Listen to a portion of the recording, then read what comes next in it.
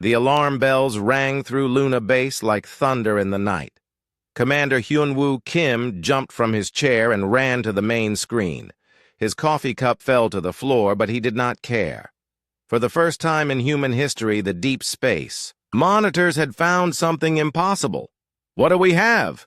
Hyunwoo asked his team. His heart was beating fast. 20 years of watching empty space. And now this. Lieutenant Jae-min stood at his station with wide eyes. "Sir, it's a signal. From outside our solar system, it's not natural. Someone sent this to us." Hyunwoo looked at the data streaming across. The screens, numbers, and patterns filled the displays. The signal was strong and clear. It came from a point in space 40 billion kilometers away.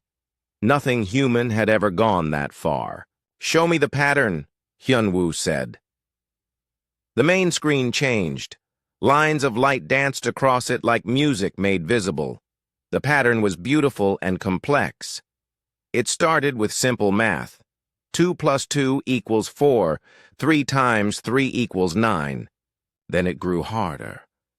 Prime numbers, the value of pi, things that only intelligent minds could create. "This is it," whispered Dr. Yunjin from the science station. "This is first contact." The signal continued for 3 hours. It taught them basic math, then showed them star maps. It pointed to their own sun and seemed to say, "We know you are here." At the end, it sent coordinates, a meeting place at the edge of their solar system. The message was clear. Come and talk. Hyunwoo called Earth immediately. Admiral Sojin Park answered within seconds. Her face appeared on the screen, looking tired but alert.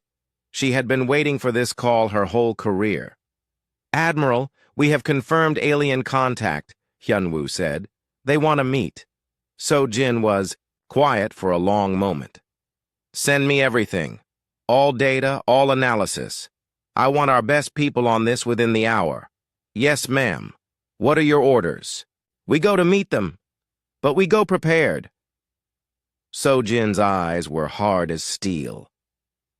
"I'm sending the Indomitable." Hyunwoo felt his breath catch.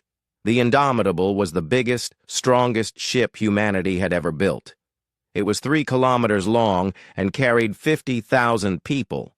Its weapons could destroy small moons. Its armor could stop anything humans knew how to build. "Admiral, isn't that a bit much for a peaceful meeting?" Hyunwoo asked. "Commander, we know nothing about these aliens except they can find us and talk to us across impossible distances. That makes them dangerous. If they're peaceful, the Indomitable will keep them peaceful. If they're not peaceful, the Indomitable will keep us alive." The call ended. Hyunwoo stared at the alien signal still playing on his screens. In 6 hours, the news would reach every human world. In 24 hours, the greatest warship ever built would begin its journey to meet beings from another star.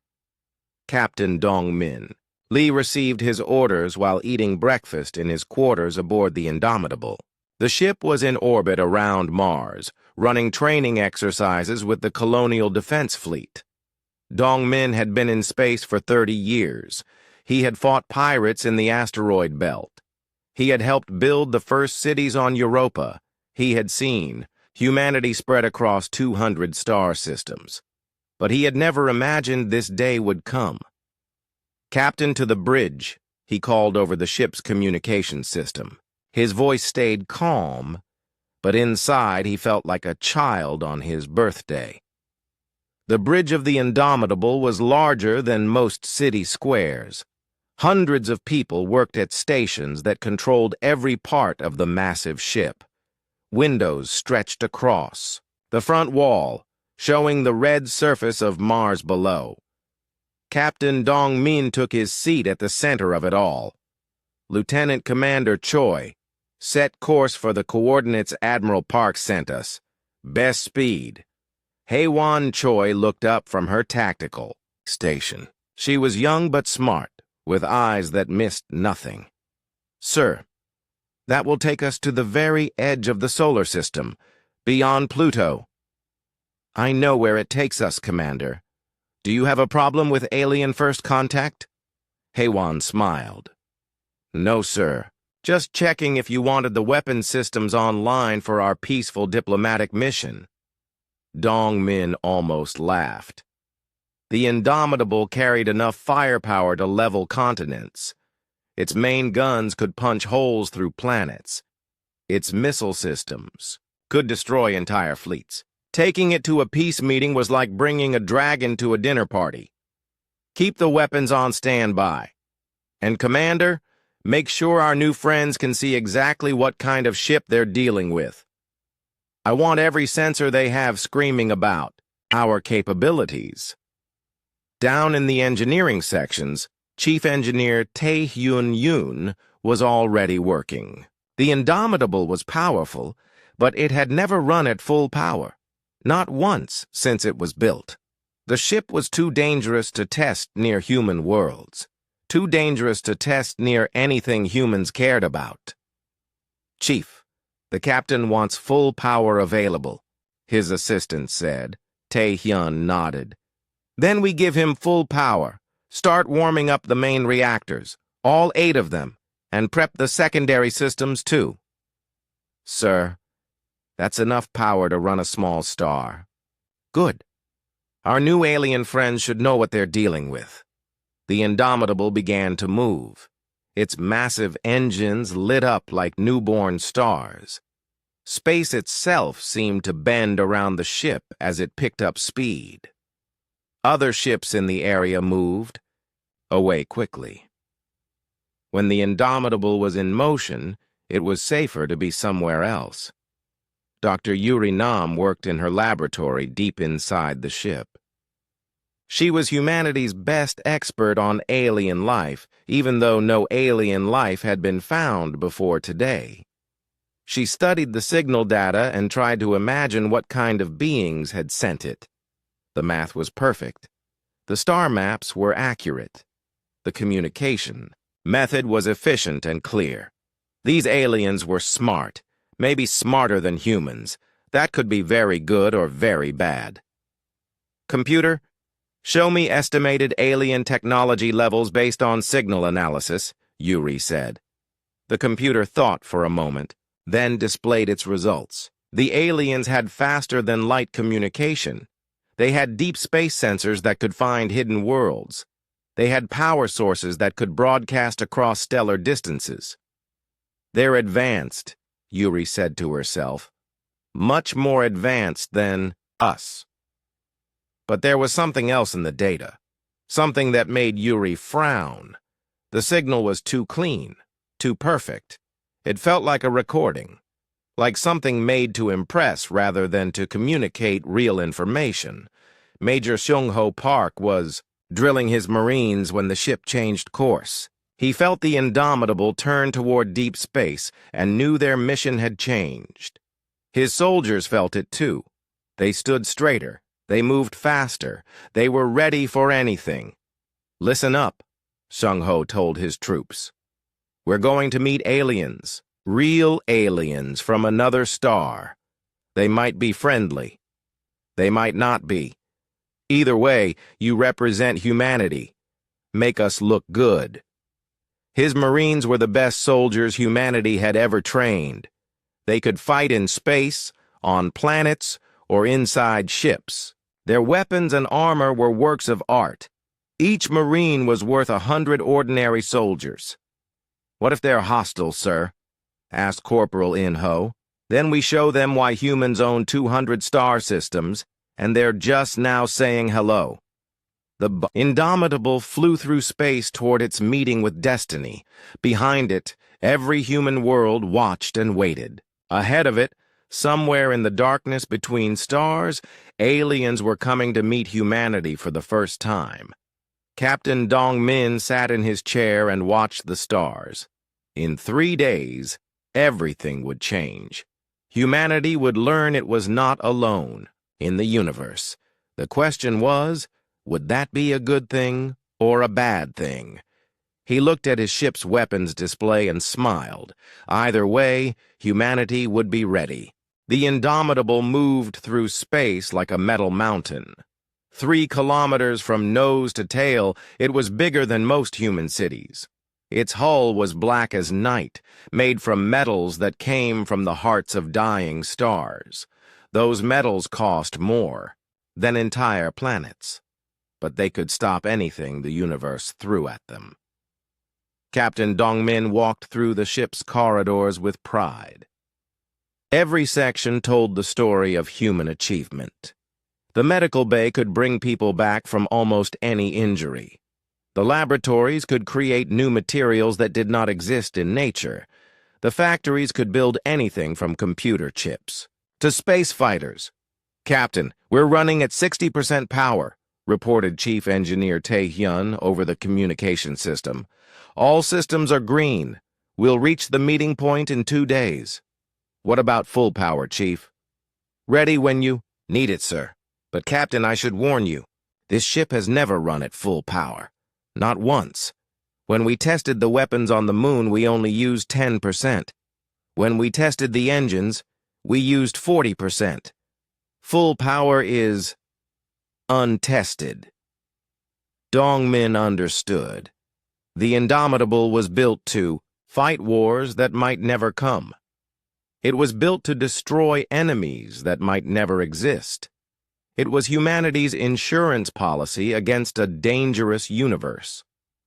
Dr. Yuri Nam stood in the observation deck, watching stars slide past the windows. She held a tablet full of first contact protocols, rules for meeting aliens, guidelines for not starting wars by accident, suggestions for making good first impressions. "It's all theory," she said to herself. "No one has ever done this before."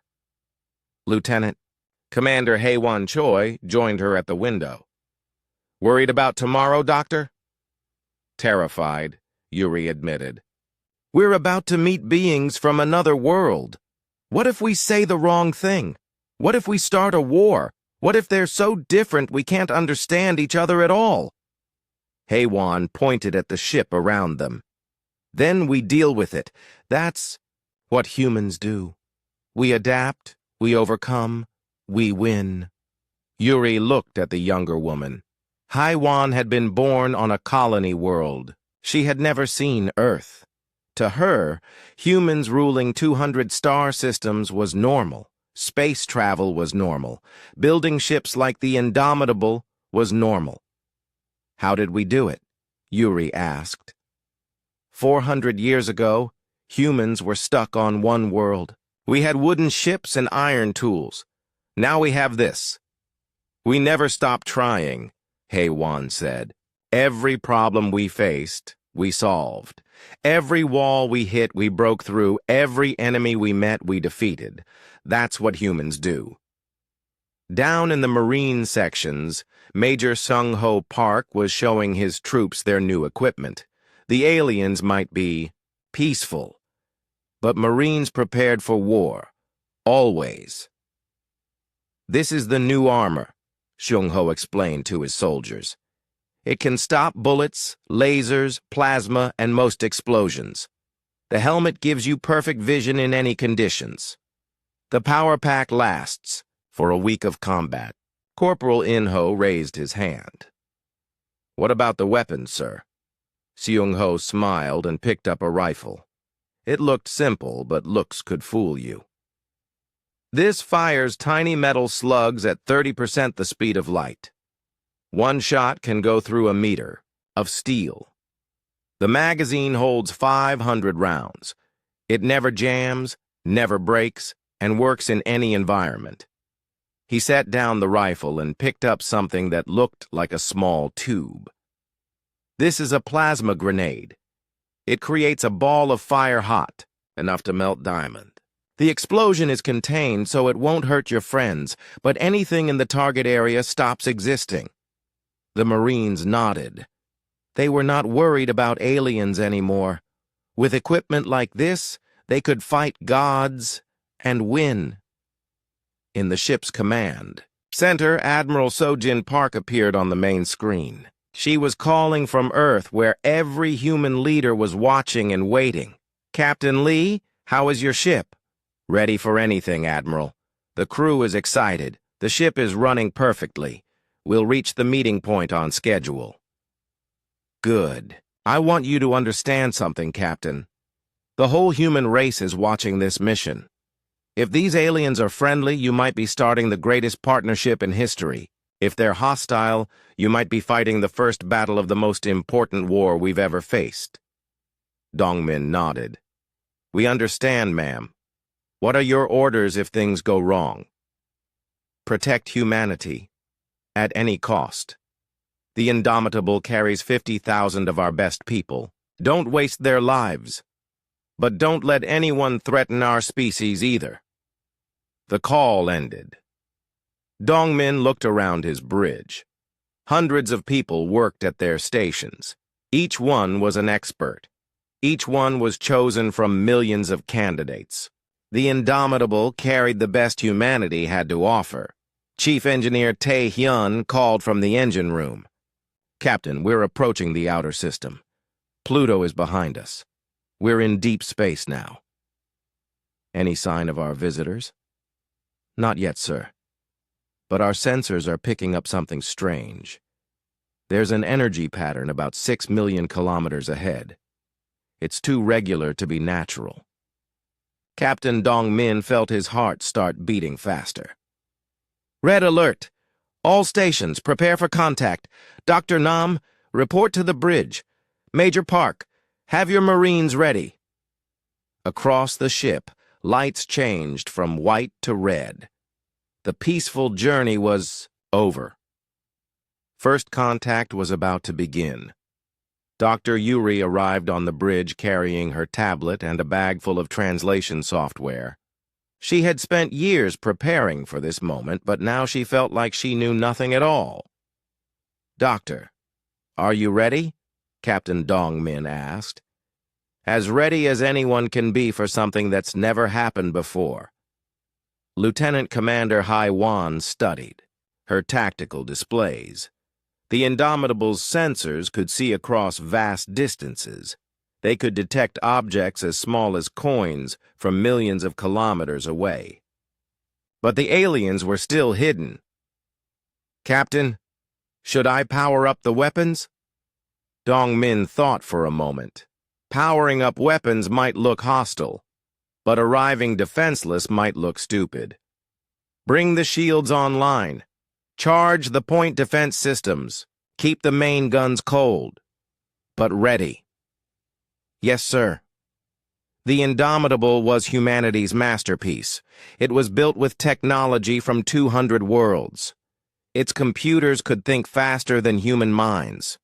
Its sensors could see farther than human eyes. Its weapons could destroy things human hands could never touch. But more than that, it represented human spirit. 400 years of never giving up.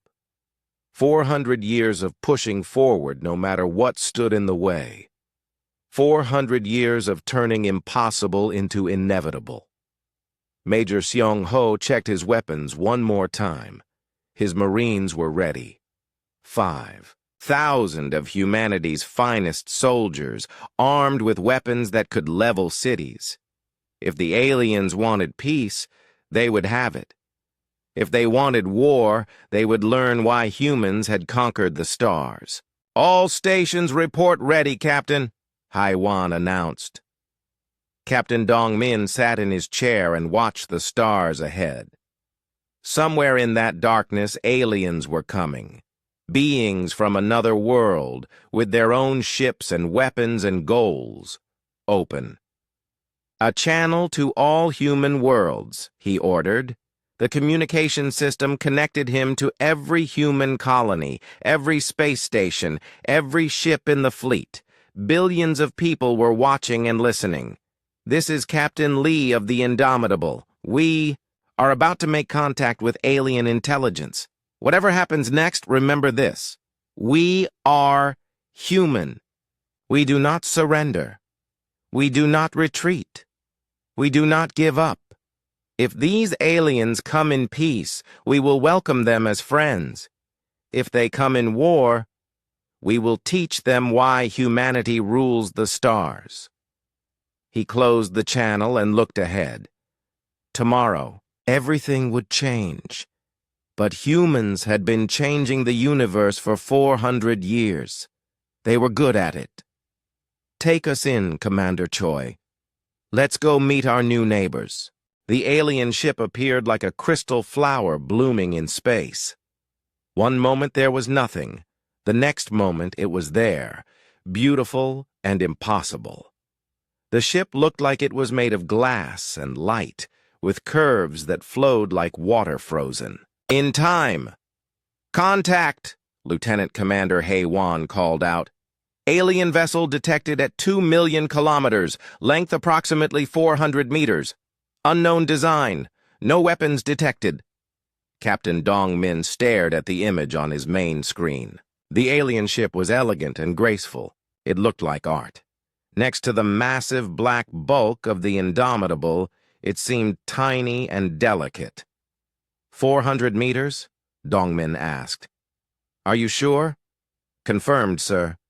Their entire ship is smaller than our forward section. Dr. Yuri studied the readings with amazement.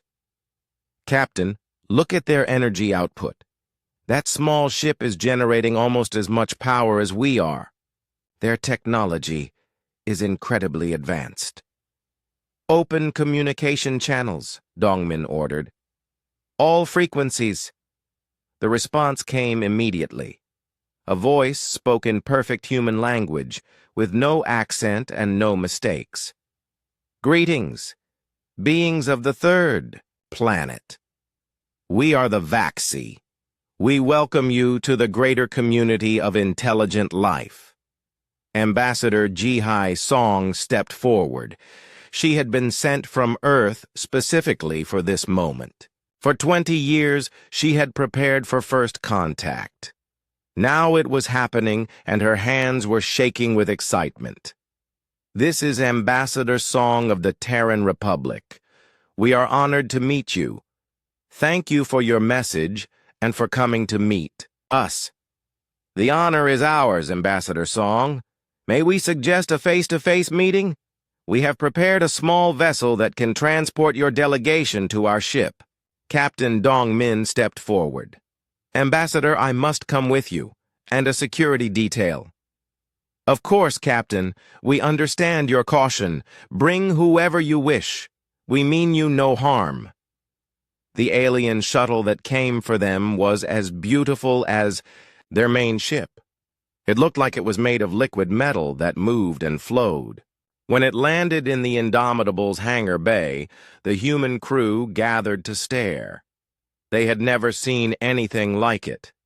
Ambassador Song, Captain Dong Min, Dr. Yuri, and 10 Marine guards entered the shuttle. The interior was strange and wonderful. The walls glowed with soft light. The floor felt warm under their feet. Everything curved and flowed like living tissue. Welcome aboard, said a voice from everywhere and nowhere. Please, make yourselves comfortable. The journey will take 30 minutes. The shuttle moved without any sensation of motion. One moment they were in the human hangar, the next they were flying through space toward the crystal ship. Through transparent walls, they could see the Indomitable growing smaller behind them. Look at your ship, the voice said, with what sounded like wonder. It is truly impressive. We have never seen such a large vessel before. Dr. Yuri frowned. That seemed wrong. If the aliens were more advanced, why were they impressed by human size? The alien ship's docking bay was like entering a cathedral made of light. The walls sparkled and shifted colors. Music that wasn't quite music filled the air. Everything was beautiful, but it felt empty somehow. The aliens were waiting for them. They were tall and graceful with skin that looked like colored glass. They had 4 arms and moved like dancers. Their leader stepped forward with what seemed like genuine joy. "I am Velthara, speaker for the Vaxi Collective. You cannot imagine how pleased we are to meet you." Ambassador Song bowed slightly. "The pleasure is ours. We have dreamed of this day for generations, as have we. Come, let us talk in comfort." They were led to a room that seemed to grow around them. Walls formed from nothing. Chairs shaped themselves to fit human bodies. A table appeared between them, covered with food that smelled wonderful. "Please, eat and drink," Velthara said. "We have studied your biological needs. Everything here is safe for humans." Captain Dongmin tried the food carefully. It tasted like the best meal he had ever eaten, but his hand stayed near his weapon. Something felt wrong, though he couldn't say what. "Tell us about yourselves," Velthara continued. "Your expansion across space has been remarkable. In just 400 years, you have spread to many worlds. Most species take thousands of years to achieve such growth. We're explorers by nature," Ambassador Song explained. "We see a new world, and we want to visit it. We see a challenge, and we want to overcome it." Fascinating. "And your military development has been equally impressive. Your ship carries weapons of tremendous power." Dr. Yuri noticed how the alien's tone changed when talking about weapons. There was something like worry in its voice. "We build strong ships because space can be dangerous," Captain Dongmin said. "Pirates, hostile environments, unknown threats. We've learned to be prepared." Of course. Very wise. "But tell me, how many ships like yours do you have?" The question hung in the air like a threat. Captain Dongmin kept his face calm, but inside alarm bells were ringing. "Enough," he said simply. Velthara's glass-like skin shimmered. "We ask because we have wonderful news for you. The Vaxi represent a confederation of 47 intelligent species. For 10,000 years we have maintained peace across this section of the galaxy. We would like to invite humanity to join us." Ambassador Song felt her heart leap. This was better than their wildest dreams. That's incredible. What would membership involve? Simple things. Shared technology, shared resources, mutual protection, and of course commitment to our peaceful ways. "What does that mean exactly?" Velthara gestured, and images appeared in the air around them. Worlds covered with beautiful cities, ships like living creatures flying between stars, beings of dozens of different shapes living together in harmony. The Confederation believes that aggressive instincts are the greatest threat to galactic peace. Members agree to limit their military forces and submit to guidance from more experienced civilizations. Dr. Yuri felt ice in her stomach. Guidance? Nothing harsh. Simple oversight to ensure peaceful development. Your species shows great promise, but also great aggression. With proper guidance, you could become wonderful members of our community. Captain Dongmin stood up slowly. "And if we prefer to develop on our own?" Velthara's skin darkened slightly. "That would be unfortunate. The Confederation has a responsibility to maintain galactic peace. Aggressive species that refuse guidance must be contained." Contained? Restricted to their home systems, protected from their own violent nature. The room suddenly felt very cold.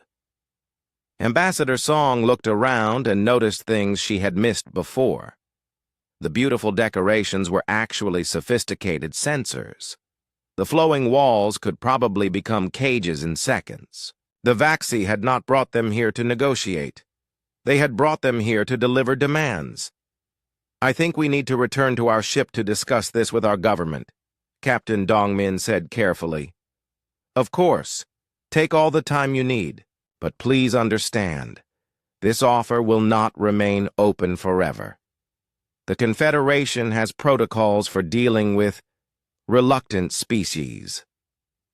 The shuttle ride back to the Indomitable was quiet. No one spoke until they were safely in human territory again. Then Captain Dongmin called his senior staff to the briefing room. They're not here to make friends, he said without preamble. They're here to make demands. The technology gap is smaller than we thought, Dr. Yuri added.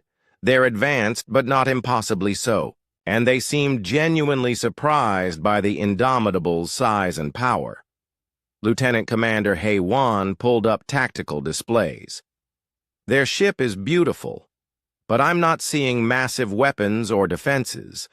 It's built for transportation and communication, not war. Ambassador Song shook her head sadly. They've done this before. 47 species in their confederation, all guided toward peaceful ways. I think we just met galactic bullies. What are our orders, Captain? Hei-Wan asked. Captain Dongmin looked at the alien ship on his screen. It was still beautiful, still graceful, but now it looked different. Now it looked like a trap. Send a message to Admiral Park. Tell her we need to talk, urgently. The first contact had gone exactly as planned, just not the human plan. The next day brought what the aliens called cultural exchange. Velthara arrived aboard the Indomitable with 3 other Vaxi, all eager to learn about human civilization. Captain Dongmin welcomed them politely, but kept Marines nearby at all. Times, your ship is truly magnificent, Velthara said as they toured the bridge. The size alone is astounding. We have never built vessels of such scale. Dr. Yuri led the scientific exchange. She showed the Vaxi human art, music, and literature. They seemed genuinely fascinated by human creativity, especially by the violent themes that appeared in human stories. This tale of war between your nations, said Morden, a Vaxi scientist with silver skin. It describes weapons that destroy entire cities. Your people actually built such things? Unfortunately, yes, Yuri admitted. Humans have fought many wars. We've learned from our mistakes, but the capacity for violence is still part of our nature. The Vaxi exchanged glances that seemed worried. Velthara took notes on a device that looked like living crystal. And these nuclear weapons, you still possess them? Some nations maintain small arsenals for defense, but we've moved beyond such crude weapons. Modern human military technology is much more precise. Morden's skin turned pale blue, which seemed to be a Vaxi expression of concern. More advanced than city-destroying weapons? Oh, yes, much more advanced. Meanwhile, the Vaxi shared their own culture. They showed recordings of the Confederation worlds, 47 species living in perfect harmony, beautiful cities that never knew war, beings of all shapes and sizes working together for the common good. It's impressive, Ambassador Song admitted. True peace across so many worlds. How do you maintain it? Careful guidance, Velthara explained. Young species often have aggressive instincts. We help them overcome these primitive urges. In time, they learn that cooperation is better than conflict. What kind of guidance? Population limits to prevent resource conflicts. Controlled technology development to prevent dangerous discoveries. Cultural education to promote peaceful values. Simple things that ensure harmony. Captain Dongmin felt his anger rising. You control how many children people can have? We help species find optimal population levels. Too many beings lead to competition and war. And you decide what technology they can develop? We prevent the development of weapons and other dangerous tools. Why would peaceful beings need such things? What if they disagree with your guidance? Velthara's skin shimmered nervously. Disagreement is rare. Most species quickly see the wisdom of our ways. Those who resist usually change their minds when they see the alternatives. Dr. Yuri was sharing human biological data with Morden when she made a disturbing discovery. Your Confederation species, she said carefully. They all seem very similar genetically. Convergent evolution toward peaceful traits, Morden explained. As species develop, they naturally become less aggressive and more cooperative. But this looks like artificial selection, like controlled breeding. Morden's skin turned dark purple. That is, the process is complex. Yuri studied the data more closely. Every Confederation species showed signs of genetic modification. Reduced testosterone in males, increased docility markers, decreased territorial instincts. They had all been changed, altered to be more obedient. "You breed the fight out of them," she whispered in horror. On the bridge, Lieutenant Commander Hei-Wan was monitoring Vaxi communications. Their translation software was working overtime, breaking down the alien language in real time. "Captain," she said quietly, "you need to hear this." She played a recording of Velthara talking to his ship. The translation was rough, but the meaning was clear. Species shows extreme aggressive potential, military technology beyond Confederation norms. Immediate intervention may be required. Request enforcement fleet stand by. Captain Dongmin felt ice in his veins. "They're calling for backup." "There's more, sir. I'm detecting at least 12 other ships hiding in the outer system. They've been there all along, just outside our sensor range." 12 ships? "Yes, sir. All larger than the diplomatic vessel. I'm reading heavy weapon signatures." The cultural exchange was a trap. The Vaxi had come with an army. Ambassador Song was learning about Confederation law when she asked the wrong question. What happens to species that refuse to join? Velthara's graceful manner slipped for just a moment. Refusal is rare. Most species see the benefits of membership. But what if they don't? Then they remain confined to their home systems. For their own protection and the safety of others. Confined? You mean blockaded? Protected. Prevented from spreading their aggressive nature to innocent worlds. And if they try to expand anyway? Velthara was quiet for a long moment. Then the Confederation does what it must to maintain peace. Song felt sick. You destroy them. We protect the galaxy. Sometimes that requires difficult decisions. Doctor, Yuri called an emergency meeting in the captain's private conference room.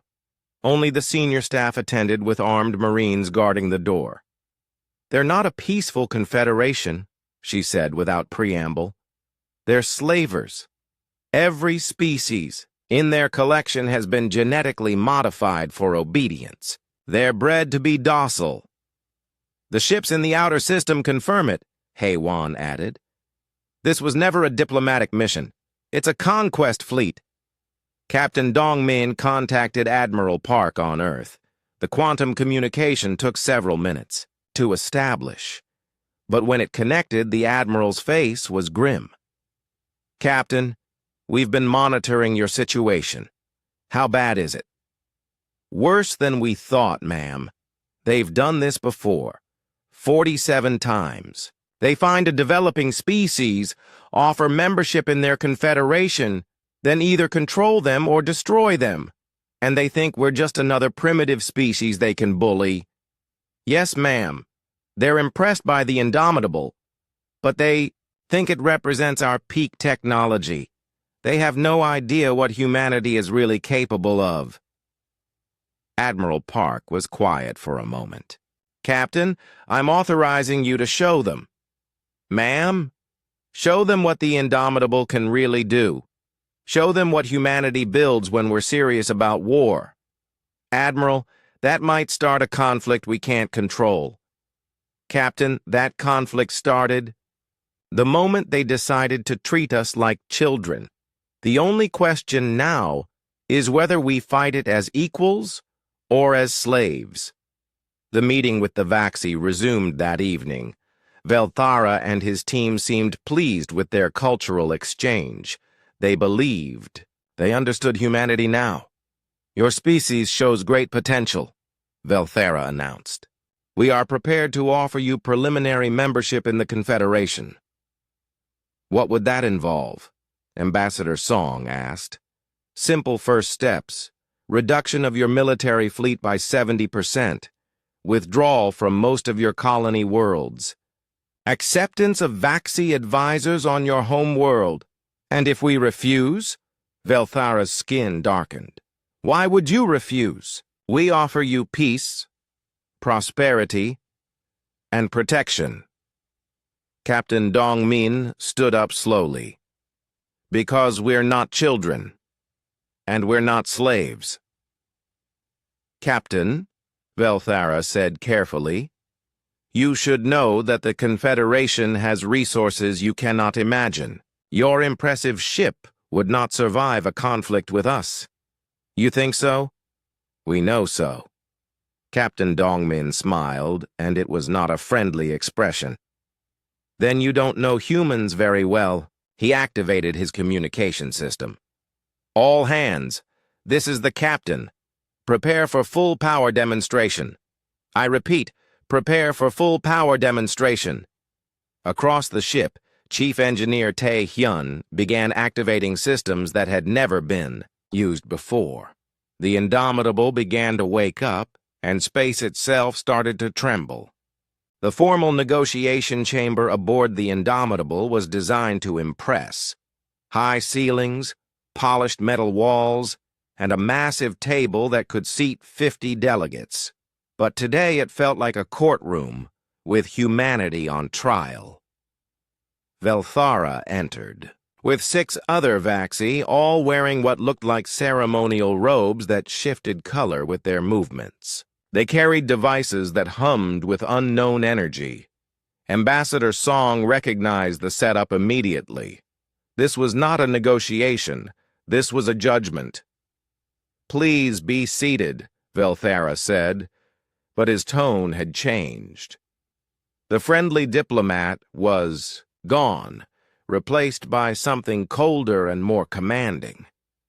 Captain Dongmin took his place at the head of the human delegation. Ambassador Song sat beside him with Dr. Yuri and Lieutenant Commander Hai Wan completing their team.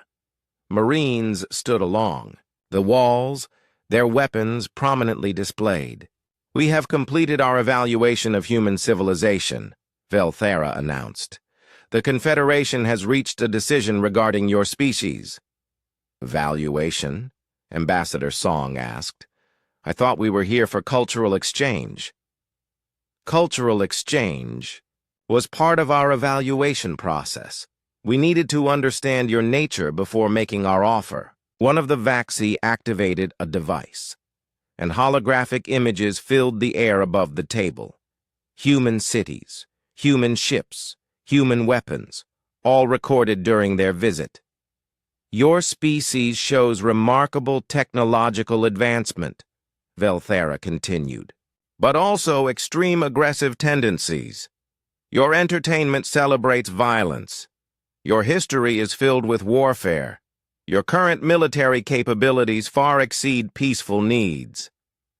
We build what we need to protect ourselves, Captain Dongmin said carefully. From what? Your own kind? You have developed weapons capable of destroying planets. You maintain fleets that could conquer star systems. These are not defensive capabilities. Dr. Yuri leaned forward. Our technology has many peaceful applications. We use the same energy systems for power generation and transportation. Irrelevant. You have chosen to weaponize these systems. The Confederation cannot allow such dangerous technology to spread unchecked. Velthera gestured, and the holographic display changed. Now it showed the Confederation worlds again, but the perspective was different. The beautiful cities looked more like prisons. The happy beings looked more like cattle. For the safety of the galaxy, the Confederation offers humanity membership under the following terms. The terms appeared in the air, written in letters of light. Immediate reduction of human military forces by 90%. Abandonment of 150 colony worlds. Relocation of human population to designated core systems. Acceptance of Vaxi genetic advisors to guide human evolution. Prohibition of advanced weapons research. Submission to Confederation oversight of all technology development. Ambassador Song stared at the list in horror. These aren't membership terms. This is surrender. This is civilization, Velthara corrected. Every species goes through this transition. You will find peace and prosperity under Confederation guidance. What if we refuse?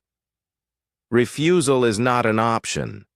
The Confederation has protocols for species that resist peaceful integration.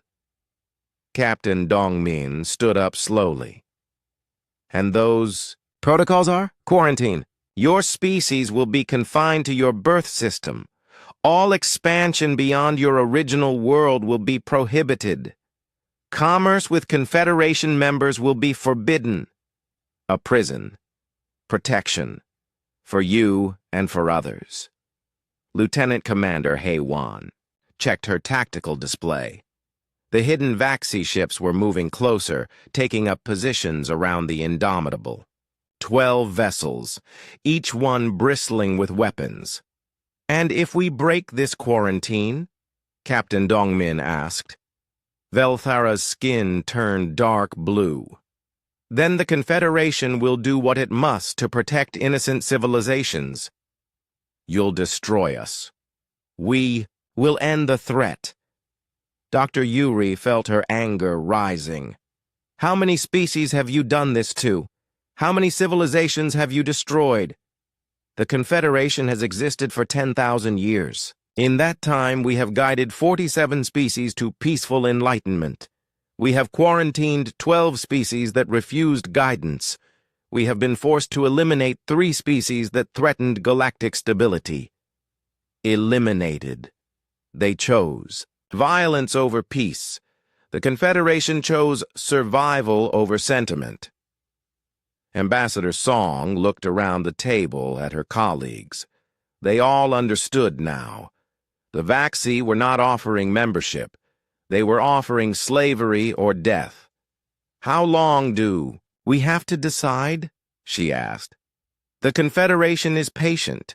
You have 24 hours to accept our offer. And if we need more time? Time is a luxury the Confederation cannot afford. Aggressive species that hesitate are dangerous species. 24 hours. Velthara and his delegation stood to leave, but Captain Dongmin's voice stopped them. One question. How many ships do you think humanity has? Velthara turned back with what might have been amusement. Based on our observations, perhaps 50 vessels of comparable power to your impressive ship. Possibly 100 if you have hidden reserves. Interesting estimate. Captain, we have observed every human system. We know your industrial capacity. We understand your limitations. Do you? Something in the human's tone made Velthara pause. Yes, we do. Captain Dongmin smiled, and there was no warmth in it. Then you're going to be very surprised. After the Vaxi left, the human delegation sat in stunned silence. Finally, Ambassador Song spoke. They're going to commit genocide if we don't surrender. They've done it before, Dr. Yuri added. 3 species. Billions of beings, probably. Lieutenant, Commander Haywan pulled up her sensor readings. The hidden ships are moving into attack formation. They're not planning to wait 24 hours. Captain Dongmin activated his communication system. Get me Admiral Park. Priority Alpha. The quantum communication established connection within minutes. Admiral Park's face appeared on the screen, surrounded by other admirals and officials. From Earth. Captain, report. Admiral, the situation is critical. The aliens have delivered an ultimatum. Submit to genetic modification and technological control, or face quarantine. If we resist quarantine, they'll destroy us. How many ships are we facing? 13 confirmed in this system, unknown numbers in reserve. Admiral, they've done this before. They've exterminated entire species. What's their timeline? 24 hours, but they're moving into attack positions now. I don't think they plan to wait. Admiral Park was quiet for a moment. In the background, Captain Dongmin could see frantic activity as Earth's leadership processed the news. Captain, the President has authorized full Protocol 7. Captain Dongmin felt his breath catch. Full Protocol 7 was the maximum military response. Every human ship, every human weapon, every human soldier. It was total war. Admiral, are you sure? Once we implement Protocol 7, there's no going back. Captain, these aliens want to turn us into slaves or kill us all. What exactly would we be going back to? Understood, ma'am. What are my orders? Show them what humanity really looks like when we're angry. All restrictions are lifted. Use everything you have. The communication ended. Captain Dongmin looked around the table at his senior staff. You heard the Admiral. Hey, One, bring all weapons. Online. Full power. Combat configuration. Sir, the Vaxi ship is still docked to us. Not for long. Yuri, send a message to their delegation. Tell them they have 10 minutes to return to their ship. What message should I send? Captain Dongmin thought. For a moment. Tell them the negotiations are about to begin. The Vaxi delegation returned to their ship with unusual haste, clearly sensing the change in human behavior.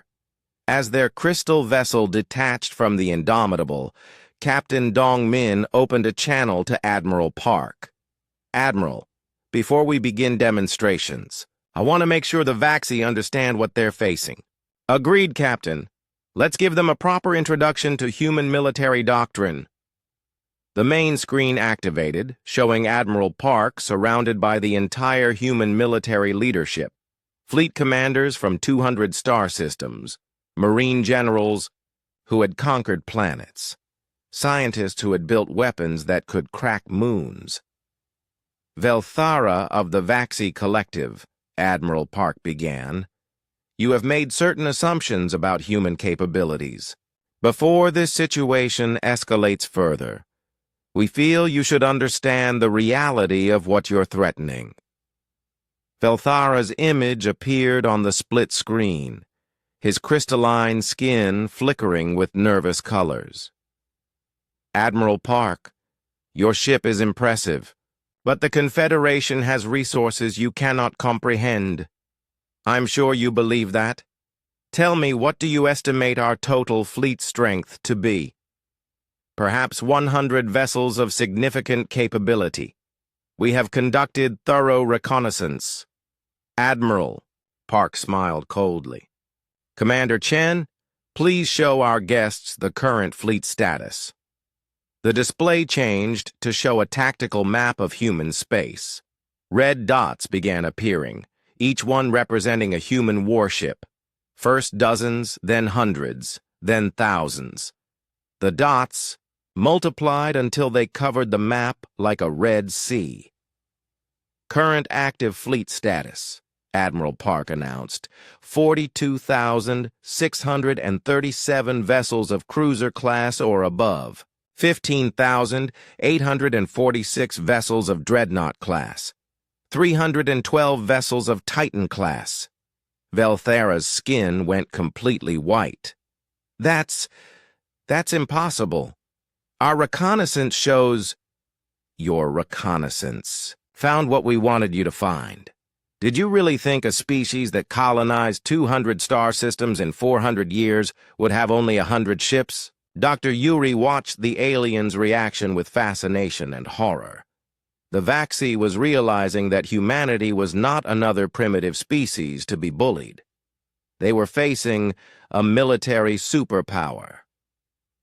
Furthermore, Admiral Park continued, the Indomitable is not our most powerful vessel. It's a mid-range diplomatic ship. We sent it specifically because it was non-threatening by our standards. Non-threatening, Velthara whispered. Would you like to see one of our actual warships? Without waiting for an answer, Admiral Park activated a new display. The image showed a ship that dwarfed even the massive Indomitable.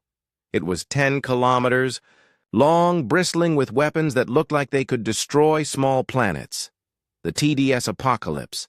Titan-class Dreadnought. It carries weapons that make the Indomitable look like a pleasure yacht. And we have 312 ships like it. Captain Dongmin watched Velthara's face as the reality sank in. The alien leader was beginning to understand that the Confederation had not discovered a primitive species ripe for conquest. They had found an enemy that could destroy them all. Chief Engineer Tae-hyun, Captain Dongmin called over the communication system. Begin full power demonstration. Let's show our guests what a diplomatic ship can do. The Indomitable began to change. Sections of the hull slid apart, revealing weapon systems that had been hidden from view. The ship's power output increased dramatically, causing space itself to distort around them.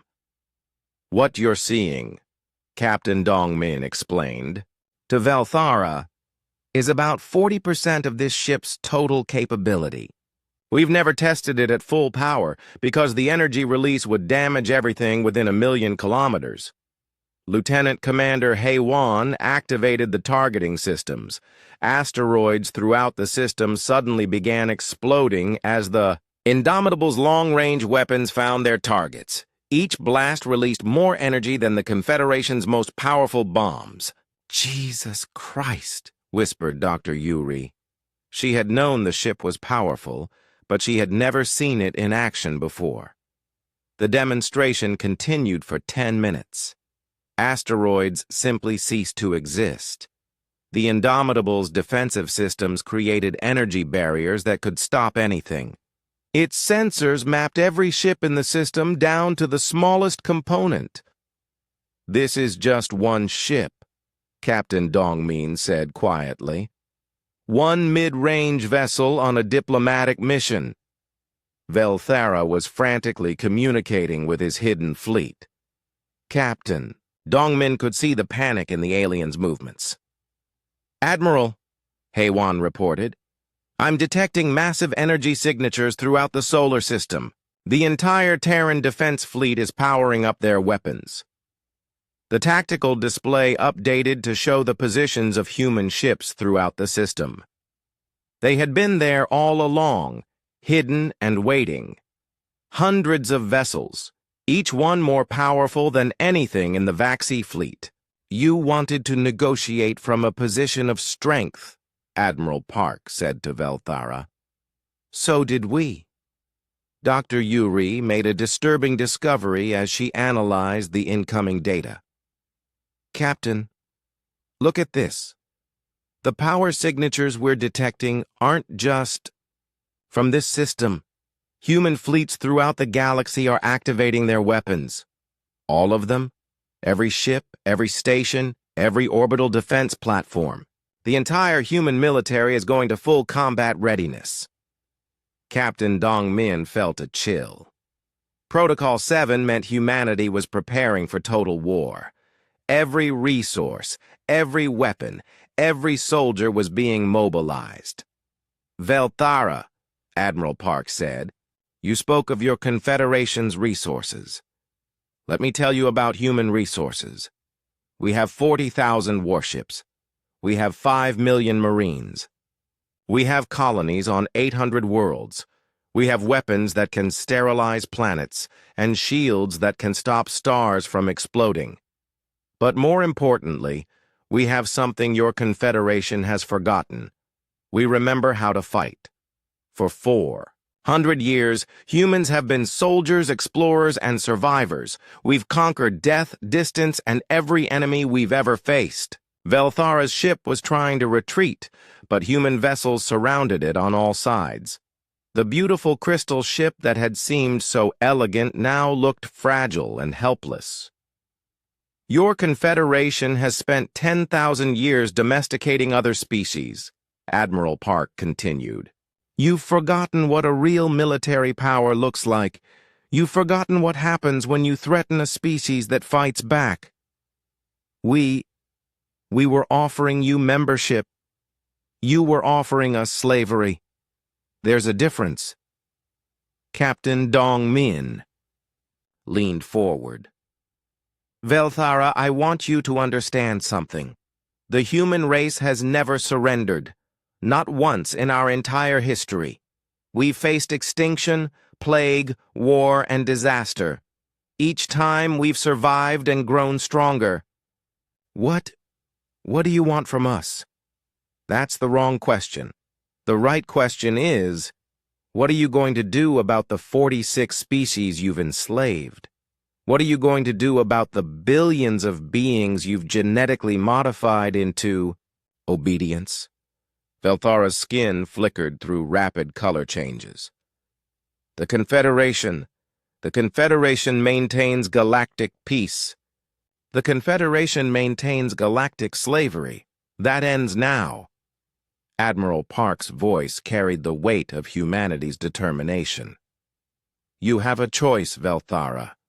You can free every species in your Confederation and allow them to develop naturally. Or you can face the consequences of threatening humanity. And if we refuse? Captain Dongmin smiled, and it was the most terrifying expression Velthara had ever seen. Then you'll learn why every human ship is called a warship, no matter what its official designation. The revelation was complete. The Vaxi had come to intimidate primitives and found themselves facing the greatest military power in the galaxy. The predators had become prey, and humanity was hunting. The truth spread through Vaxi space like wildfire. What they had thought was first contact with a single primitive world became a nightmare revelation. Humanity was not emerging into space. They had already conquered it.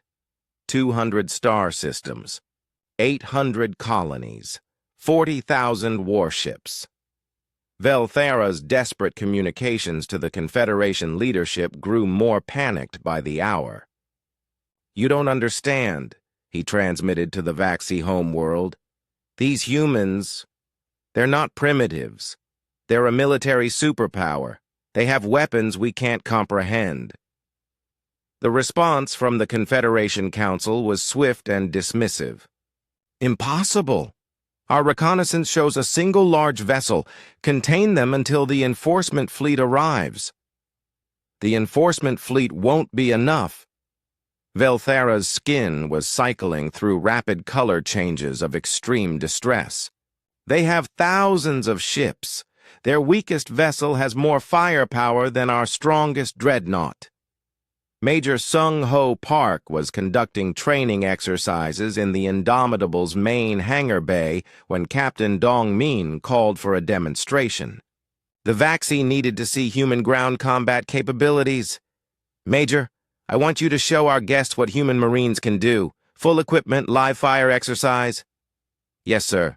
Should we hold back? Not today, Major. Show them everything. The hangar bay transformed into a combat zone. Holographic enemies appeared throughout the massive space. Buildings rose from the deck. Obstacles created a maze of challenges that would test any soldier. Sung-Ho's Marines moved like predators. Their armor made them faster and stronger than any unaugmented being. Their weapons fired projectiles that moved at significant fractions of light speed. Their tactics were flawless, their coordination perfect. The Vaxi watched in horror as human. Soldiers fought battles that would destroy normal armies. A single Marine destroyed targets that would require Vaxi heavy weapons teams. When one Marine's armor was damaged by enemy fire, he simply continued fighting while the armor repaired itself. Each Marine, Captain Dongmin explained to Velthara, carries the equivalent firepower of a Vaxi infantry company. Their armor can stop your strongest personal weapons. Their training includes combat in space, on planets, and inside enemy ships. How many Marines do you have? 5 million active duty, 20 million reserves. Velthara's skin went completely pale. The Confederation's entire military force was smaller than humanity's reserve Marines. Dr. Yuri made an even more disturbing discovery as she analyzed the Confederation's member species. Captain, look at this genetic data. Every single Confederation species shows signs of deliberate modification. She displayed her findings on the main screen. 47 different alien races, all altered in the same ways. Reduced aggression, increased docility, weakened territorial instincts. The Vaxi had been breeding the fight out of them for generations. It's systematic, Yuri continued.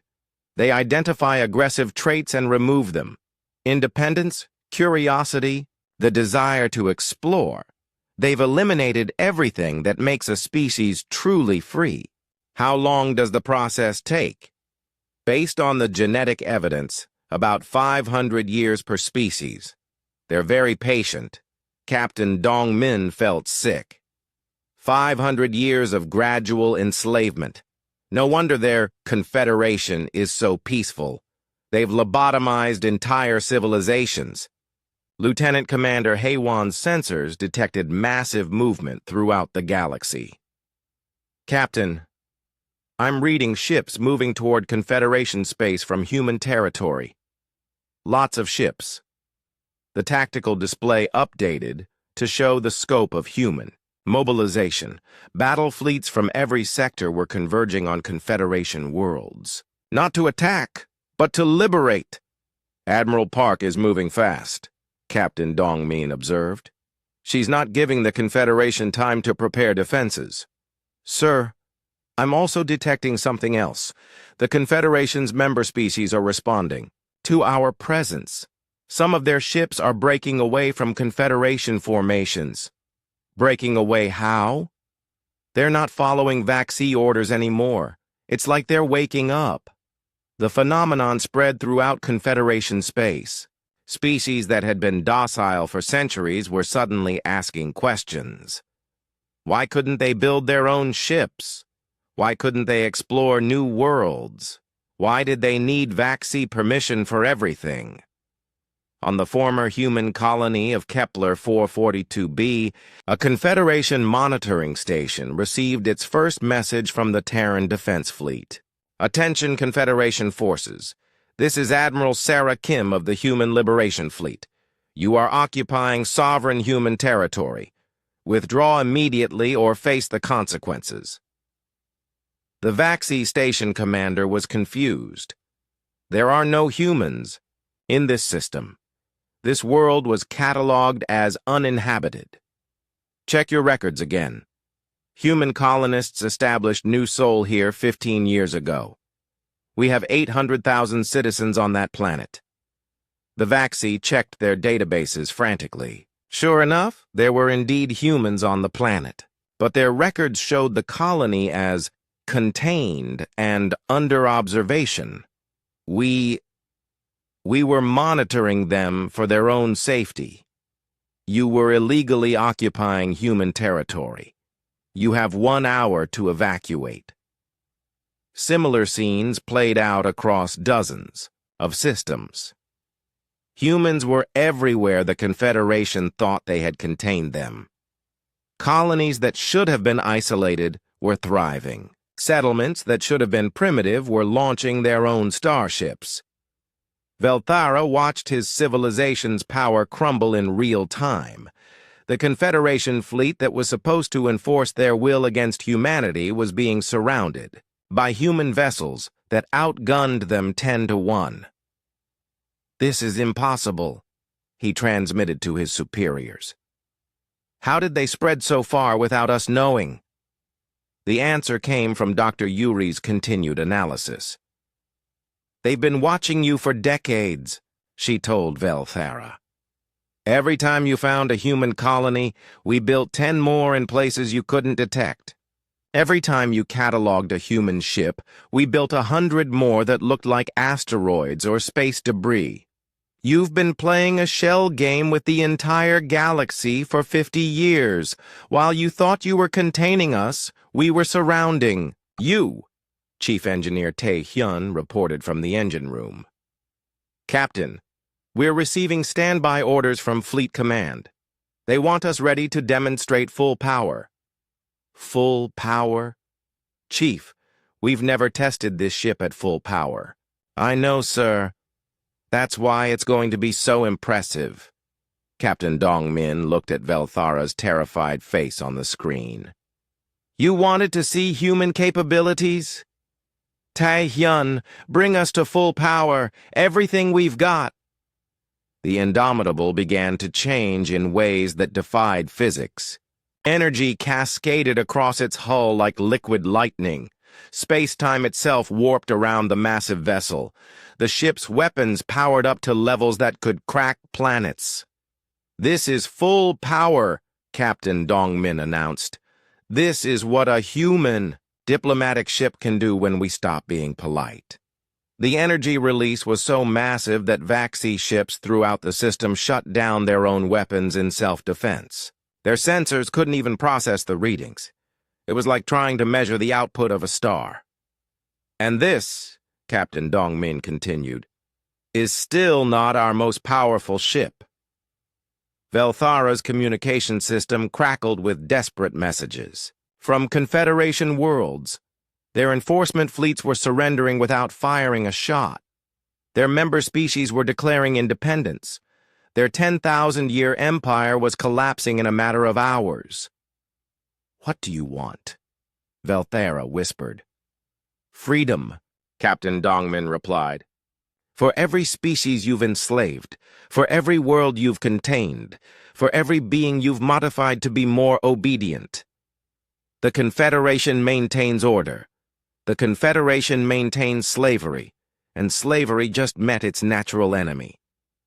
Major Seong-ho's voice came over the communication system. "Captain, my Marines are ready for boarding operations.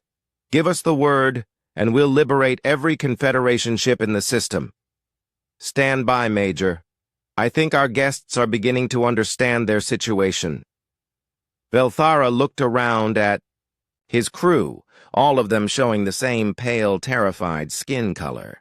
They had come to intimidate primitives and found themselves facing humanity's full military might. We could negotiate." "No," Captain Dongmin said firmly. "Negotiation implies equals. You're slavers. We're liberators. The only question now is whether you cooperate with liberation or get swept aside by it." The beast had awakened, and it was hungry for freedom. The end came faster than anyone expected. Within 6 hours of humanity's revelation, the Confederation's power structure began to crumble like sand in a storm. Species that had been docile for centuries suddenly remembered what freedom felt like. Velthara's desperate attempts to maintain control grew more frantic by the minute. "The Confederation offers revised terms," he announced, his crystalline skin flickering with panic. "Humanity may maintain its current territory and fleet strength.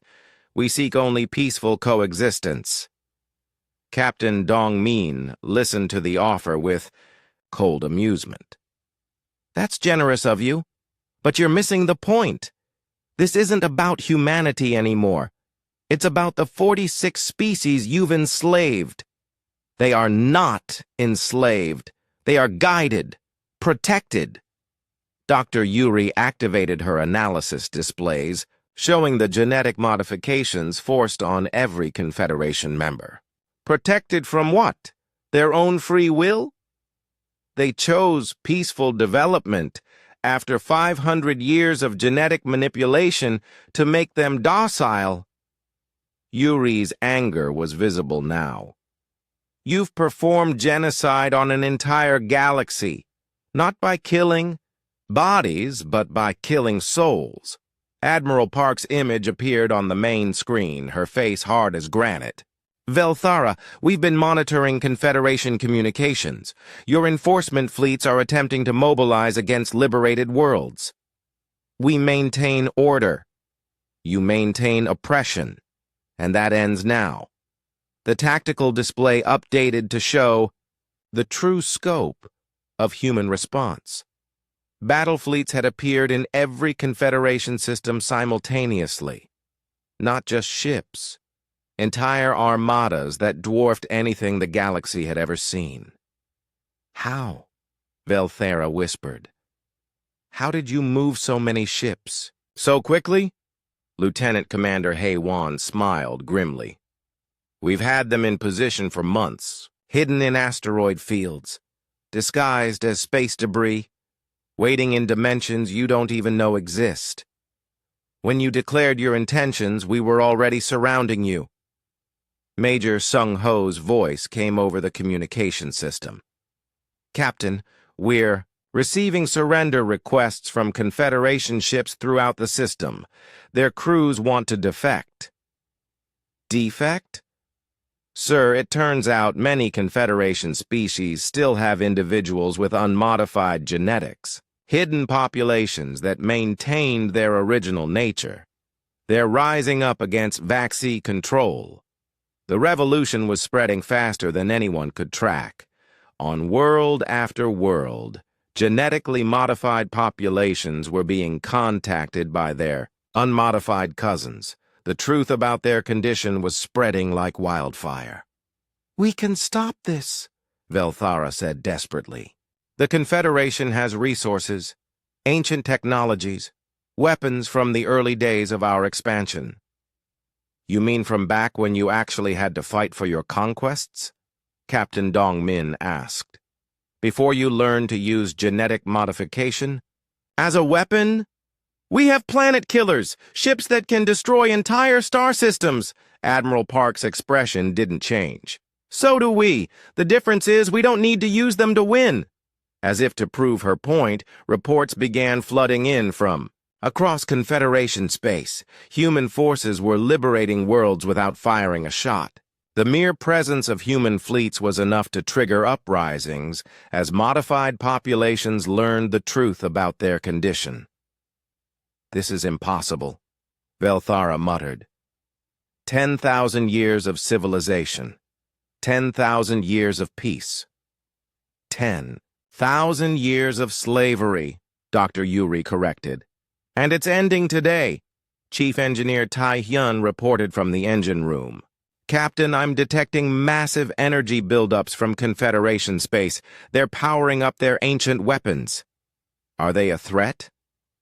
Unknown, sir. The energy signatures are unlike anything in our databases. Captain Dongmin felt a chill. Desperate enemies were dangerous enemies. Admiral, the Confederation may be preparing to use planet-killer weapons. Let them try, Admiral Park replied. We've been preparing for this possibility. The main screen showed new contacts appearing throughout the system. Ships that were even larger than the massive human dreadnoughts. Vessels that looked more like mobile space stations than traditional warships. Titan-class defense platforms, Admiral Park announced. Shields capable of stopping stellar explosions. Weapons that can intercept planet-killer devices before they reach their targets. Velthara stared at the new arrivals in horror. "How many ships do you have?" "Enough," Captain Dongmin said simply. "The question is, how many of your people are you willing to sacrifice for a lost cause?" The answer came, in the form of mass surrenders. Across Confederation space, Vaxi fleets were laying down their arms, not because they were defeated in battle, but because their own crews were refusing to fight. "Even your own people are turning against you," Dr. Yuri observed. "Your middle and lower castes haven't been genetically modified, have they? They still remember what freedom looks like." Velthara's skin cycled through colors of despair. "They don't understand. Without guidance, species destroy themselves. We have prevented countless wars." "You've prevented evolution," Captain Dongmin replied. "Natural development, the right to succeed or fail on their own terms." Ambassador Song, who had been quiet during the military displays, finally spoke. "Velthara, I'm going to make you an offer, one chance to save your civilization." "What offer?" "Immediate cessation of all genetic modification programs, release of all modified populations to seek their own medical treatment, withdrawal of all Vaxi forces from non-Vaxi worlds, complete independence for all current Confederation members. And in return, you get to exist, your people, your culture, your worlds, free to develop as you choose, but never again to interfere with others." Velthara was quiet for a long moment. Around him, his crew watched with obvious hope. They had never wanted to be galactic oppressors. "And if we refuse?" Captain Dongmin's voice carried the weight of humanity's determination. "Then we liberate every world by force. Your cooperation makes it easier, but it's not necessary." The communication system crackled with incoming messages. Confederation worlds were declaring independence faster than anyone could track. The Vaxi homeworld itself was reporting uprisings as their own lower castes demanded freedom. "It's over," Admiral Park announced. "Your empire is finished. The only question now is whether it ends with dignity or destruction." Velthara looked at his crew, then at the human forces surrounding them, then at the reports of his civilization collapsing in real time. We accept your terms." "Smart choice," Captain Dongmin said. "But understand, this isn't a negotiation. This is surrender. You will comply with every requirement or face the consequences." "I understand." Dr. Yuri activated her medical scanners. "We'll need complete genetic records for every modified species. Treatment programs will begin immediately." "Treatment?" "Reversing the modifications where possible. Genetic therapy to restore natural instincts and capabilities. It will take generations, but freedom is worth waiting for." Major Seung-ho's Marines would oversee the transition. Human observers would monitor every Confederation world to ensure compliance. The age of Vaxi dominance was over. 6 months later, Captain Dongmin stood on the bridge of the Indomitable as it returned to human space. Behind them, the former Confederation was transforming. Species were reclaiming their independence. Worlds were choosing their own governments. The genetically modified were seeking treatment to restore their natural heritage. "Mission accomplished," Lieutenant Commander Hei-Wan reported. "All Confederation enforcement fleets have been disbanded. All member species have been granted independence. Genetic modification programs have ceased. And the Vaxi? Confined to their home system until they prove they can coexist peacefully. They're adapting to their new reality." Ambassador Song joined them on the bridge. "The liberated species are already forming new alliances. Free alliances based on choice rather than coercion. Dr. Yuri looked up from her reports. The genetic therapy programs are showing promise. Within 50 years, most species should recover their natural traits. Within a century, the galaxy will be completely free. Captain Dongmin nodded. The mission had succeeded beyond their wildest hopes. First contact had indeed begun with humanity's beast ship, but the Indomitable had turned out to be more than a weapon of war. It had become a symbol of liberation. Set course for Earth, he ordered. It's time to go home. The Indomitable turned toward human space, leaving behind a galaxy forever changed. The age of the Confederation was over. The age of freedom had begun. And in the depths of space, 40,000 human warships continued their patrol, ensuring that slavery would never return to threaten the innocent again. The beasts were awake, and they were guardians now,